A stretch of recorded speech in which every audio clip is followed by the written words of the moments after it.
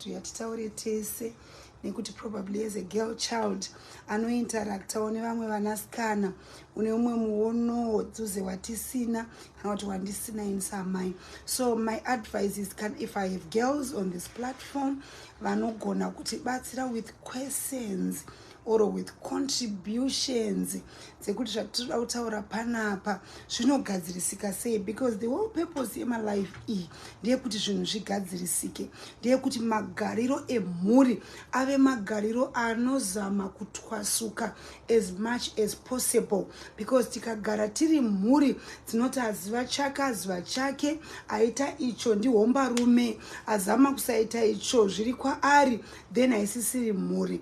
Uye ndoda kuzama kutaura kuti patinenge tichitaura ngatisanganisei ubuntu, unhu chaiwo, makuriro atakaita zvaitarisirwa in our culture oro zvaitarisirwa naMwari, tikazvikombaina zviri zviviri zvinhu izvozvo ndinofunga kuti tinobuda nechinhu chaicho chakanaka. So we are talking to mwana musikana whether atova amai, because we have got victims of these things kunyangwe vatova mudzimba, ende nemhaka yekuti ndo mararamiro avakaita zviri kuaffecta zvakare relationships avo nevarume vavo even today. But vana vane mwana vane vana vakomana, how are we teaching the coming generation how to become better fathers? So ndo nyaya tinayo pano kuti girls, how do you deal with a father who is failing to play his role as a father? Unonzwa sei, zvinodini, unowisha kudiniko, nai mai makazopinda mumba but zvanga zvaita sei, makazvigonawo sei kuti musvike pakuzogona kupinda mumarriage muine history yekurarama nemurume asina kumbobva akaplaya role yake sababa chaivo, ivo vakanga varipo zvavo. Vamwe vacho they just thought kungoenda kungokusirai amai ende wakararama upenyu wanga usina baba mukati. How then are you managing to relate with your husband iwe usina kumbowana a good relationship with your father? So again, sire my guest mukana pano kuti kufunga kwako. By the way, uyu anonzi Shama and she's my only daughter. Yeah, saka ndamudaidzawo kuti semunhu akafamba neni zvino ndingangokurukura ndega here, iye munhu akarara zvakapa, naye zvinoita saka ndati uya titaure, umiririrewo vasikana pamwe isusu nezvatinozopotsa pakumirira. So if you have any question, just type it on the screen, I will read it out if I pick it. Anditika. All right, so Shama, welcome to this live. Isusu tiri kutaura nenyaya yegirl child, tiri kutaura nenyaya yemwana musikana ari kukura asina a male parent, asina baba, varipo zvavo asi mulife make avamo, varipo zvavo nezita rekuti ndidhedhi vake, but mulife memwana umu avamo. Avato not only kuprovide mari nezvinobatika, but kuprovide that role, kuve a baba, kuve a protector, kuve a guider, kuve a provider. Baba vavatorimo zvakare. Musikana yari kurarama sei? Thank you so much, Mama, for this opportunity. I think nenyaya yekuva a girl child in this generation, it's particularly hard because of social media. So by social media, unaona all of these girls are name relationships nana baba that seem perfect. They might not be perfect, but not muskano yatorina baba that she can go to and talk to about boy problems or talk to about all of these other things. Her father is her first love. So I think a lot of women, not all women, but a lot of women yearn for that kind of a relationship, because tinogara chiudzwa kuti originally anamai very closer to their sons and the daughters are closer to their fathers. But now unengo toda close to your father, but sometimes he's not there. Sometimes when he's there, it's just fighting. Sometimes when he's there, apana a relationship. So, like I was saying, it's very hard to be a girl child in this generation because ziva what's supposed to happen, what's supposed to be in a healthy relationship between a daughter and a father, but we just don't have it. So I don't think it's about expectation. I'm not out kunandos every weekend, but it's a I can tell him oh, daddy is those come life man as a man who loves me. Am I overreacting? Kanakuti, is this man who's in my life, be it a boyfriend, be it a husband, is he good for me or is he not? So atina yardstick, how are men supposed to treat us because our fathers don't have a relationship with us. So already in a world, not looking for my boyfriends or my husbands. We're looking for fathers in our partners. Oh. Yeah. Saka tinogona here kufunga kuti even mwe mwanasikana nhasi anoita fall for older men haasi kutsvaga a boyfriend but ari kutsvaga a father who missed in her life. No, I completely agree with that assertion, Kuti. Yes, sometimes it's about money. We're not going to say I want to love. But sometimes we just want a man who looks at us and says, oh, you're so beautiful. What do you need, Iwewe? Like I'm saying, it's not just financial. Sometimes it's what are your emotional needs? Because yes, we're not telling our girlfriends, oh, I'm so sad. Oh, this is happening. Oh, this is happening. But when we talk to a male figure who loves us, it's different. Like you were saying, Kuti, we desire protection from our fathers. We desire to be seen by a man. We desire you know what, you have value. As much as yes, I'll get your value from other people, that's fair and fine. But I think even the Bible says, the father is supposed to love us. So God put it in place, Kuti, we're supposed to receive love from a male figure. So I think then to say, oh no, you're just supposed to love yourself, that's robbing us of what God has desired for us as women. Tavandafunga Bible pane panonzi naJesu ndiani pakati penyangati mwana akamukumbira furwa hove anompa nyoka akamukumbira chingwa anompa dombo. Hanzi kana imimi muchigona kuda vana venyu, meaning kuti kuna Mwari zvinotorwa sekuti it's the norm kuti mubereki ngaade mwana wake. But anonzani Mwari is greater, vanozotitira zvakapfurikidza ipapo. But iyo yega yekuti tiri kutarisirwa kunzi baba ngavade mwana wavo. Baba ndo mamwe mabasics ekuve a father. Ndo zvimwe zvidiki zvinotarisirwa kwamuri sababa. Ndakambotaura pai ndichibvunza kuti mwana aripi. But nhasi tazouya takatarisa girl child, tazouya takatarisa mwana musikana kunyanya, kuti patiri kupa mukomana uya kuzorora mudzimai tiri kumupa here polished product nelove, kana tiri kumupa munhu uya ari so desperate. Hazvisiri zvere zviri kuzokonzeresa kuti even akatanga kuabuswa ikoko anoramba achingoshingirira achifunga kuti ndo zviri normal. Haasi kuramba ari ikoko here achingofunga kuti after all my father actually did worse. Uyu yakatonaka pakuti anotombonditengera chikafu, anotombondibhadharira rent. Saka ndikabva panapa futi ndiri kunoita fall back kunani because kwandakatobva kwacho hakuna baba. Uyu mukomana uyu nekuabhuza kwake but atori better than my father. Saka baba already pane shoko rataurwa nemwana kuti hatisi kuda zvedu kuaprovwa kana kuti isusu tiri important nemunhu. But you are not a munhu iwewe sababa. You are not a person. You are a father. Bible inototi you are the first God kumwana uyu. Saka mwana uyu akakutarisa, ari kutarisa Mwari wake wekutanga, ari kutarisa baba vake, ari kutarisa protector wake. Saka isusu taakubvunza manje tichiti imimi sababa mamboweka relationship yenyu kusvika papi? Mwana ati patinokunzwai muchitaura you are shouting kana kuti muri kutorwa mashoko enyu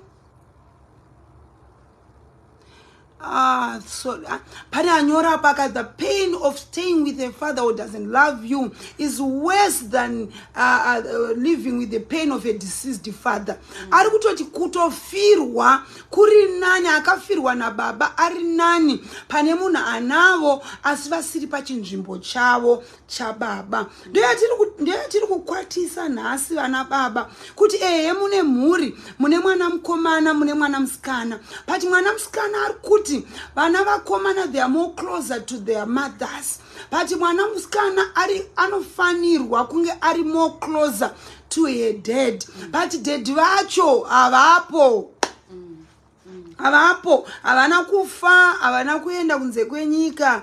Nekuti even vari kunze kwenyika vaine relationship nemwana wavo, relationship iyoyo inongo thrive. Nekuti distance is not a barrier. But vari kuti tiri kugona here kugona kuvaka mhuri, kugona kuve inini nditi kana ndikaita boyfriend, because my ages are my age ekuita vakomana. But ari kuti when I feel violated nemwe mukomana kunze uko, do I have the power to come back and fall back in the hands of my father? Ndichivaudza kuti kunze uko kune munhu andivhiringa, murume kunze uko kune mukomana andikanganisira. Are you baba, are you ready to fight for me? Are you ready to protect me? Kana tiri kuti fight for me, atisutorei futi mendo nopfura munhu. But are you ready to fight for my interest? Kuti no, mwana wangu paakurambira icho ari kureva kuti achine a future ahead of her, iri kuda kumboshepwa. So don't betray my daughter of your destiny nekuda kwako kokukurumbidzira kuda zvinhu zvisati zvamunguva yacho. Baba muri ready here kutora masteps akadaro muchiprotecta your own princess? Ndo mubvunzo uri pano nhasi kuti this girl is your princess, she is the love of your life. Saka pamuri kumuda, muri kumudzidzisa here kuti even iwewo ukazowanikwa rimwe gore, murume is supposed to treat you like this. Because if you don't teach your daughter that, that's where vari kuzongobvuma kuitwa yese yese. I think Mataura, something that's very important, Pamati, your father is your first God, because he is a representation of God, because God is our father. So kind of relationship between a daughter and a father is messed up. Chances are the relationship between a daughter and Nwari is messed up.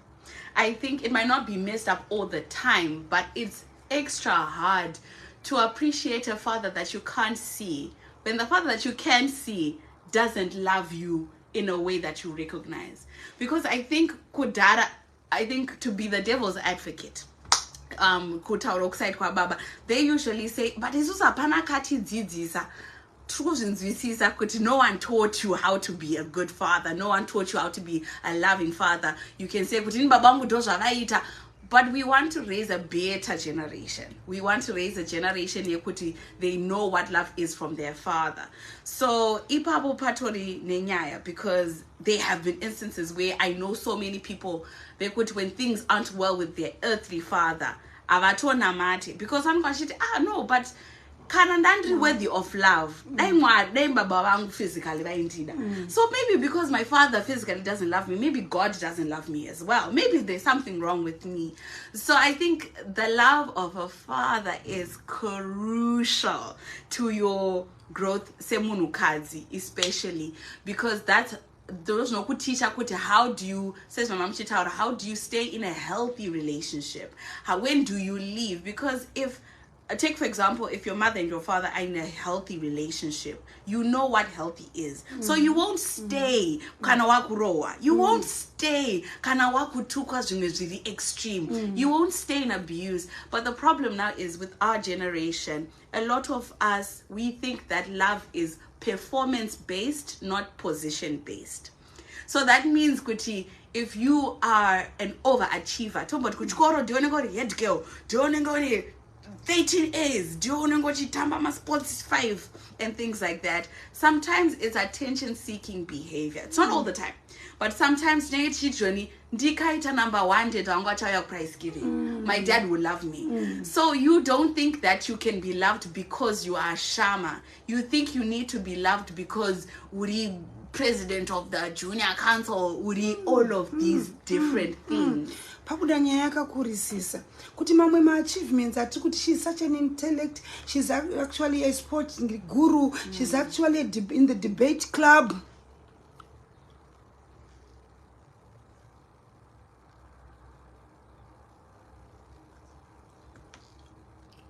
All right, but no, ngatimbomirei kusvika pakuaccepta, ngatimboudze ana baba zviri kutarisirwa nemwanasikana. Nekuti tikamhanya kuti acceptika, we are accepting the wrong thing. Munhu ngaatadze audzwa. Handitika, yes, some of them have accepted, but really have they accepted the right thing? Vanhu vacho vatiri kungoti mwana chingogamuchira vakafa here, handiti vapenyu. Let's speak to them. Let's take this platform to speak to the fathers. Hauzive nzira.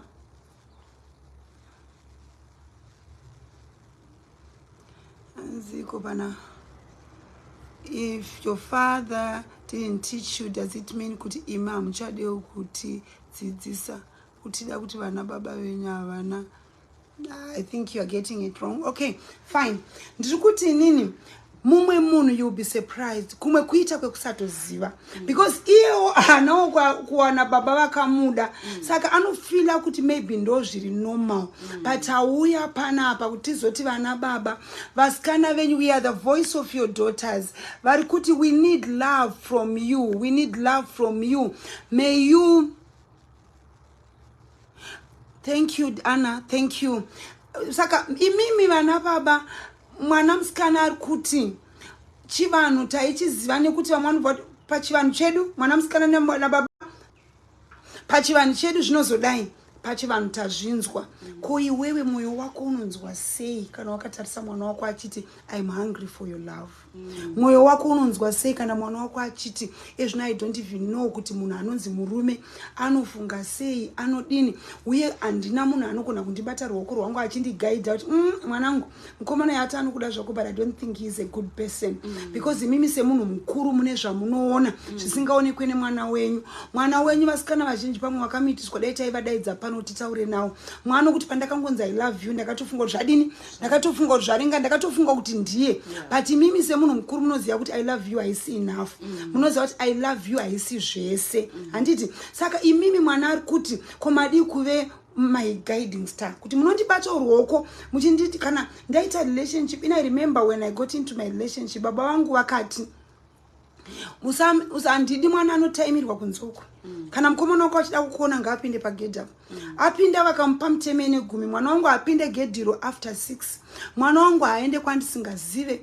Mwana wangu unoda kumuona unopinda muno ogara pasofa pa mwana wangu ari apa. That's how I had my courtship, because baba vangu was present in my life. Saka tiri kuti isusu izvozvo zvakapa kuti mukwasha atye kana kundimitisa, atye kana kundibhula, atye kana kundiabuser, because mudhara anga ari kumashure uko aimuziva, and the possibility yezvaaigona kuzoita dai akandivhiringidza yange iri very high. But tiri kuti kuna ana baba vari absent muupenyu hwevana, but mwana wacho musikana ari kuti inini ndiri kuda baba vangu, ndiri kuda kuti daddy vangu, handisi kuda kuti vanditengere machips every Saturday. Ndikuda kuti daddy vangu vaplay role yavo yemunhu akandiunza panyika. Daddy vangu vave shamwari yangu, ndive open kutaura chese chandada kuna daddy. Uye nditoziva daddy vangu pavanenge vachindiudza kuti mukomana anodai akaipa, tinozopiwa mama advice akaoma. Ndafunga advice yavatete vangu. Tete vangu ndiri musikana wakanditi mainini mukomana anopfeka vhesi mukamuona kumisa itizai.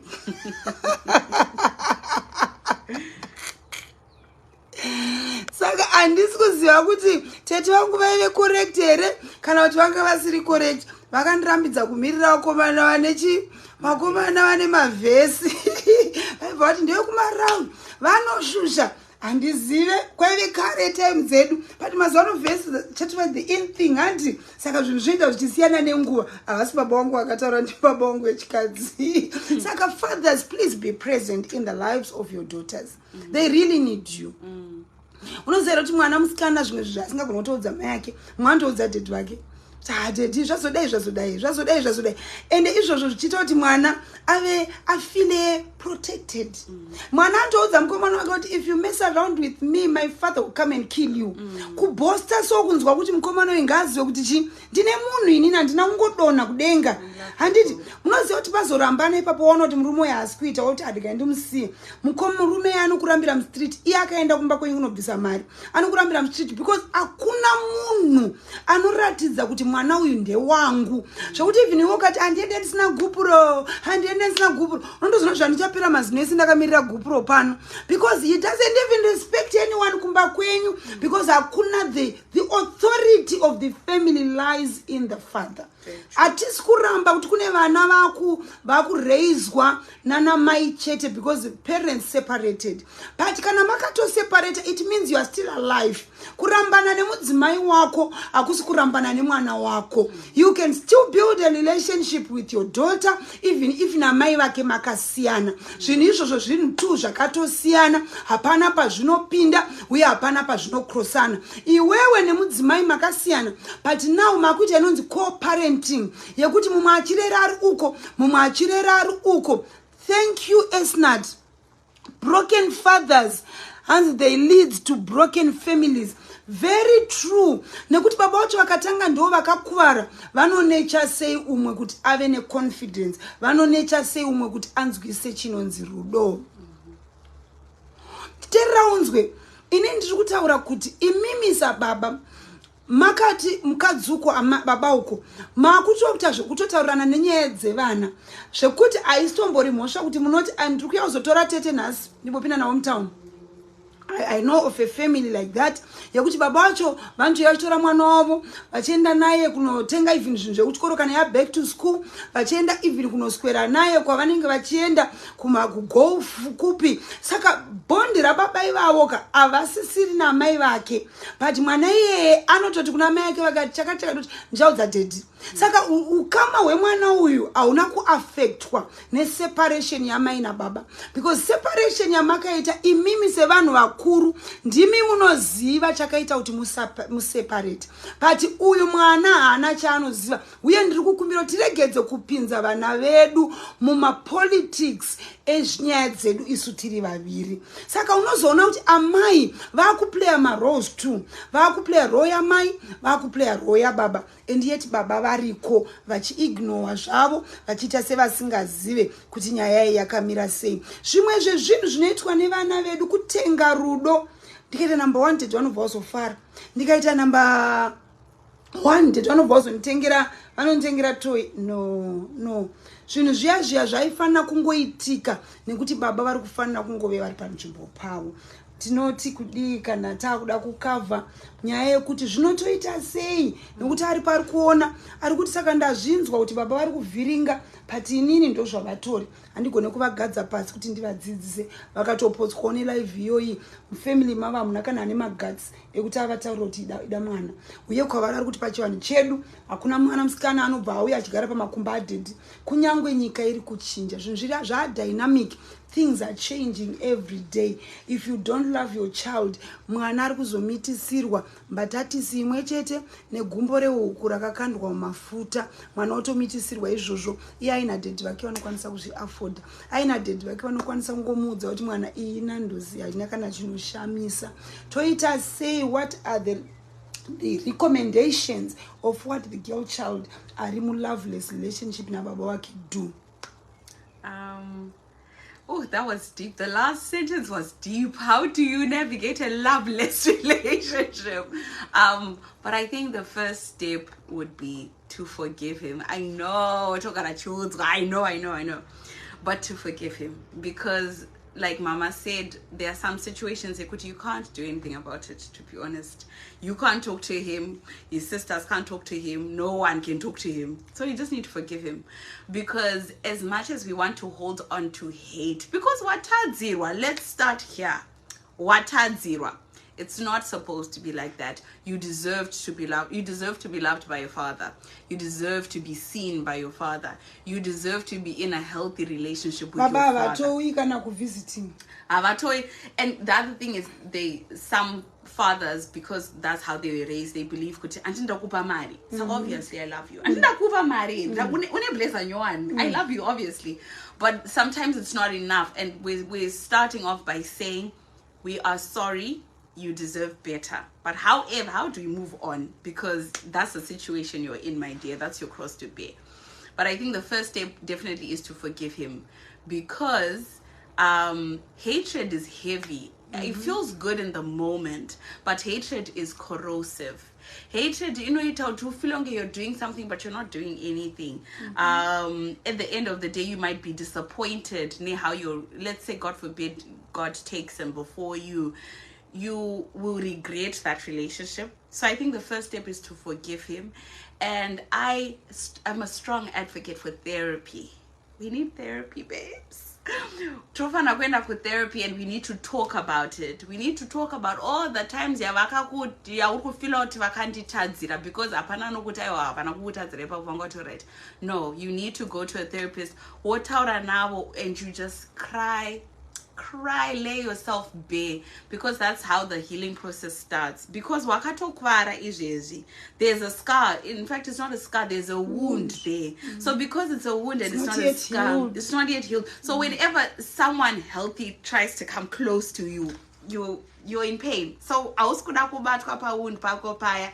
And mukutiza imomo, that's how sometimes we lose healthy relationships with men who genuinely love us, because it's foreign. Could you're calling me just because you want to talk to me, you want to know how I am? Don't sabotage our relationships with healthy people. So you need to forgive him and go to therapy. Talk about it. Who expresses and then you get steps to move on. Yeah. So I think that's the first step. Forgiveness, and I think prayer. Forgiveness and prayer walk hand in hand. You can't forgive him by yourself, babes. I'm strong in it. Because when I forgive us, Satan is very cunning. That's when he does something else. That's when he pokes you again. And you're like, no, I would never forgive this man. He's horrible. But forgiveness is for you, not for him. So you need to forgive him. You need to go to therapy. You need to talk. Sorry, we're just looking at a comment. Thank you, and yeah, like every week. We should do a cry and meet, so we come and cry together. True. Yeah. Therapy is very necessary. No, therapy is very necessary. Yeah. Because you know what? Many girls or many women suffer this loveless relationship. They have vakapinda mukakun and say, no, I forgot about it, I've accepted it. Strong, independent woman. Let me tell you, that's not true. That's not true. Zviri kukuaffecta. But wakazvitora bvawasvisa kusubconscious bvawazvivharira ikoko. Kuvharira zvinhu zvisina kuitwa deal with kusubconscious is not a good thing. Listen to me. Nhasi tiri kutaura nenyaya yedementia iri kuita ana mai vedu nana mbuya vedu. Handiti iyoyo dementia inokonzereswa nezvinhu zvauri kuita go through izvozvo, nezvinhu netrauma iyoyo iri unresolved, netrauma iyoyo iri unaddressed. Saka paunoti I just chose to move on, unozoona dzimwe nguva patinopinda mucounseling session kuti munhu ari kufunga kuti ari right, when we start to probe these things, tichida kuzama kuenda pasi apa tinobva nyangura, because uri munhu ari kutsvaira mumba ubva unoti kunotora dustpan kure uko, then ubva waswipa marara aya pasi pecarpet ubva wavhara. Anopindama anoti makachena, anopindama anoti muri right. Mangwana futi uchidaro, but mvura painozonaya yobva yapinda nepasi pedoor, pamunosimudza carpet kudai so munoshamisika. Kudhara tichikura nana mai vedu vaiuya kuzotengesa kumadhoiri kunana South Africa. Saka mai avanzi vakazenge vanemba 2 Zimbabwe, vaine murume wavo nemhuri, kunoko vanga vane mumwe murume wavaigara naye kana vari kuno. Saka vaitorwa mapicture. Saka mapicture yanzi vaiva vachaisa pasi pecarpet kuti pashaya anodini ana aona. But imwe musi mvura yazonaya, vanhu vakavhura carpet, mai havasipo, waniko pane zvinhu zvakaiswa pasi pecarpet. Ini mubvunzo wangu kuti pasi pecarpet yako pane chii? Pauri kuti I'm okay with it, ndakatovaregerera, ndakatovadini. Is it true that you have forgiven your father? Is it true? I'll tell you something that happened a long time ago. Ana baba munoziva zvavaita, vaita magirlfriends. Saitotamba nevana vegirlfriend yababa wangu yaigara raini rekuseruko. Saka mumwe musi tiri kutamba paya, vana vaya vobva vatiti tavakunda rakaraka nemunin'ina wangu. Vakati kuti kunda chii futi baba wenyu vanotigira mabiscuits nemaswiti ezvimiti. Istasvika kumba tabva taskozviudza amai, muri munyanza amai imi dzese dzamakanyarara. We didn't know kuti zvatosvika pamwoyo wamai vedu izvozvo. But zvakaita kuti tibva tamaka mudhara. Munhu angatenge mabiscuits chokwadi nemaswiti ezvimiti kwaamato achiendesa raini nepaserapo panapa tisingadyi. Yes, dementia is caused by that unresolved pain inoramba ichienda kusubconscious. Ndo inozoti wakura ndo zvinhu zvaunenge wakutaura. Mukavateereresa vanhu vane dementia havahumani, havataure zvinhu from nowhere. Vanotaura ma-events akavavhiringa akaitika kudhara. So regai nipedzise yangu iyi yakaita kuti tirizende baba wedu ti mwe musi mai vedu vachidiridza garden, so vaisimbogara kumusha strike vachizouya kuno kudhorobha. Saka pavaidiridza garden pavakadzi 2 vadarika zvikanzi dzakauya kubva kumusha. Mumwe wacho akati waona nei? Zvikanzi ndaona nemuriwo uri kuita kunge wakadyiwa nembudzi kusiyiwa muromo chete. Handi muriwo kuita kunge wakadyiwa nembudzi, baba vanga vasingasiye mari pamba. So takaita bitterness, tikaenda napapa wakudhara waisakwanisa kutaura navo, waitaura navo kana waida bhutsu yekuchikoro. Futi aisatotaura navo, taienda through ana mai. Taurirai murume wenyu bhutsu yangu yalibvaruka. Taurirai baba wandoda ballpoint. Taurirai baba tanzi kuchikoro kudiwa chitupa chavo. We had no relationship completely. But I want to thank God kuti ndatozokura, ndatoroorwa, ndane nhumbu yekutanga, ndakuda kutosungirwa. Papa vangu futi vakaita rimwe drama rekunoramba kuti ndisungirwa. Manonoka kuuya mazodini apa tatozostruggle kuti mbudzi yacho yekusungirwa iwanikwe nekuti atina ukama. Saka dai taitina ukama ndai kunotovaudza kuti baba mukwasvenyu asi tomukwanisa kutenga mbudzi bo, but hatisina ukama. Saka yanga ingori ari kufamba tasangana, but otherwise mumwe nomwe anga ari kurodi kwake. You know, I prayed, ndatokura ndatova nemwana until mweya mutsvene wandidzidzisa kuti you have to forgive your father. You have to forgive you. Because iwanenge vaine pride futi yekuti havakwanise kukuti sorry. Saka I had then to just start being a good girl kwavari, start being a good child, but zvichirwadza. But I thank God kuti in the process takazoita find each other. Zvekuti baba vangu vakazosvika pakufa tama very close buddies. Zvekuti ndaitonzwa kuti ndikaita 2 days ndisina kunovaona andavhiringa zvinhu zvese hazvisitopo pamba zvakanaka. But God had to intervene. Mweya mutsvene ndosaka mwana ati to forgive you need to pray, because hauzvigone wega, because damage rinenge rakaitwa harina kuitwa 2 days. Zvasiyana kuti wakatukwa neshamwari yako. Zvinhu zvinoitwa nana baba zvinoitwa over a very long period of time. Very absent in your life. Pana ambonyora pamacomments kuti vanhu ivavo vanozongoda vana vakura, mwana akukwanisa kuenda kubasa, akukwanisa kumutengera sutu, ndopare vanonzi mwana wangu. But when they were needed the most, they are so absent in our lives. So ndiri kuti nini masikati anaya vana baba takukumbirisai kuti endai panzvimbo dzenyu. We try to come back apo neapo tichitaura nyaya iyoyi nekuti inyaya inoda kugadziriswa sevanhu, serudzi, senyika. Baba ndiwo muchengeti wemhuri. Kuchechi baba is the priest of the house. Then how does a priest choose congregants? Could you only want to attend to your male children and forget about your female children? Pantozoita futi dambudziko rekuti munhu akazvarirwa vana vasikana nemudzimai wake ndopaanenge aichikundizvarira mahure, he handina kana mwana pano, musa ndichazvara mwana mukomana ndiye mwana wangu. That's a wrong concept of life. Mwana musikana anokuda, mwana mukomana anokuda. Asi nhasi tati kunyanya kutarisa mwana musikana, nokuti mwana musikana, a girl child, is vulnerable munyika yedu yanhasi. blessers, they are taking advantage of the absence of the fathers in their daughters' lives. But unfortunately, those blessers are also absent in the lives of their daughters. Kusvikira munhu anotopfimba mwana wezera rake asi iye asingadi kubatirwa wake. Vana baba, tademba takukumbirisai, dzokai panzvimbo dzenyu, dzokai panzvimbo dzenyu, nekuti panzvimbo dzenyu ndo pari kuvaka nyika, ndo pari kuvaka mhuri, ndo pari kuvaka even makereke. Nekuti tikagara tisina ana baba mulife dzevana, vana ava voende piko? Kana mwana azopinda mumwanano kana kuti murelationship, tabvunza kuti anoziva sei kuti izvi zviri correct, izvi zviri acceptable, izvi hazvisi. Mwana wako odzidziswa naticha, mwana wako odzidziswa napastor, yet you are the first pastor kumba kwako. Whether iwe unonamata kana kuti haunamati, ndiwe mufundisi wekumba kwako. Unodzidzisa vana vako kuti nyika yazvino yamira sei. So ndiri kuti ngodzoka pekuti iwe mwanasikana, baba havatokundikana, but you have a life to live. Zvino zvauine upenyu hwekurarama mwanangu, number 1 yataurwa, inini ndinononoka kuti accept, but ndinoti forgiveness begins. Chitongovaregerera and pray for him.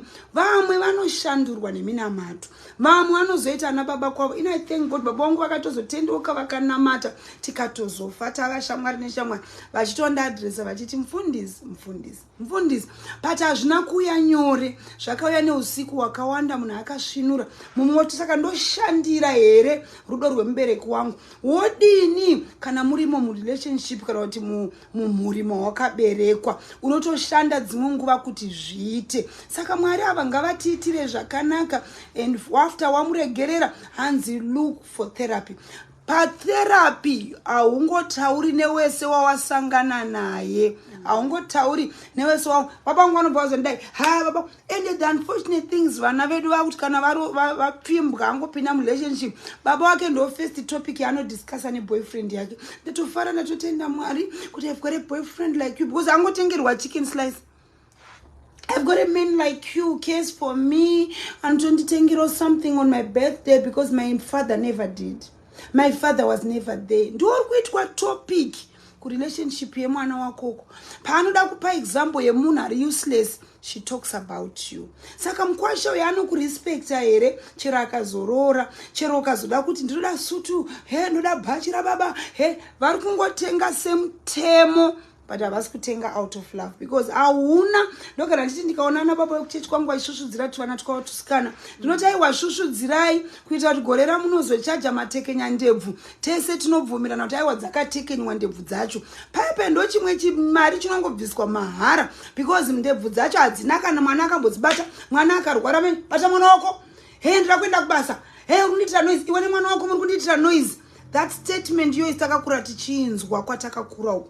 Baba uchiti vakabva kubasa, mai kana vaine mwana ari kurwara rurachema, buda muno mune mwana wako, endera kuenda kubasa mangwana. What type of a father does that? Tatobva panzvimbo yedu, tatobva pachinangwa chedu chekuve vabereki. So ana baba, tauya kwamuri kuzokuudza kuti muri kudanwa, muri kushevedzwa kunzvimbo dzenyu. Hanzi siti yenyu iri empty muupenyu hwemwana, siti yenyu iri vacant. Zvino madhara enyika ino vese vaita queue vada kugara pasiti iroro kuti vadye uchi huri pamwana wenyu at the expense of your ignorance. Saka Mwari vekudenga ngavakuitire zvakanaka naye. Do you have anything to say before we go? Maybe my last comment would be that if you decide, you know what, I will stay with my pain, because that's an option if you want to. You can decide that in ndinoda kurwadziwa for the rest of my life and ndimboiende kutherapy and ndifenda kamuregerera. The problem with that is my therapists, my psychologists, some of them say that we end up marrying our toxic parent. So you might end up marrying a partner who's just like your father, because what they say is it's compensatory behavior. You think because you couldn't get your father to love you, you pick a partner who's just like him and try to make him love you in the way that you've always wanted. Right. And it will never work, because ndozvatori watongopika, you know, munhu akatochema kudhara, and you want to make him into a perfect man. Exactly. Now izvezvi ndokwanisa kumisidzana naye ndichimuudza kuti inini unotonditekera maflowers. No. So you need to be a healthy person to be in a healthy relationship. And that comes with forgiving the person who hurt you. Wow. Yeah. Powerful. And also kuculture kwedu waenzwana mai vedu vachidemba kuti ndiri kunamata kuti pashaye mwana wangu anoita ruoko rwangu, pashaye mwana wangu anoita. Mairevei kwana mai paya? Nokunga vaireva kuti my prayer is ngapashaye mwana wangu anoroorwa nemurume anenge ava baba vandakawana. But hanzi kana watadza kudhila nepain kuti ibude mauri, you end up zvakare attracting munhu akafanana newaunga uinaye kumba uko varisa baba, ende uchizofunga manje kuti aiwa inini ndichamucorrect zvandakatadza kuitira mudhara yawe uyu ndichatozviita. My God, ngatitsvage rubatsiro, ngatitsvage help, ngatitsvage rubatsiro. Ndopaunobvaona kuofisi kwedu takavhura kuti tidhile nemaissues akadai, kuti pain ipere, pain iende zvachose. You can still be a happy person kunyange wakakura mudhara yasipo. You can still, time ichiripo yekuti umhanyise destiny yako nejoy yako kuti uibvute maoko emunhu asina hanya newe. God bless you so much. We love you. Can we now say bye? Yes, we can say bye. We can say bye. Quickly, she wants to go away. All right, so bye to everyone. We love you. Let's meet at 4. Chakuita live Yema couples. God bless you.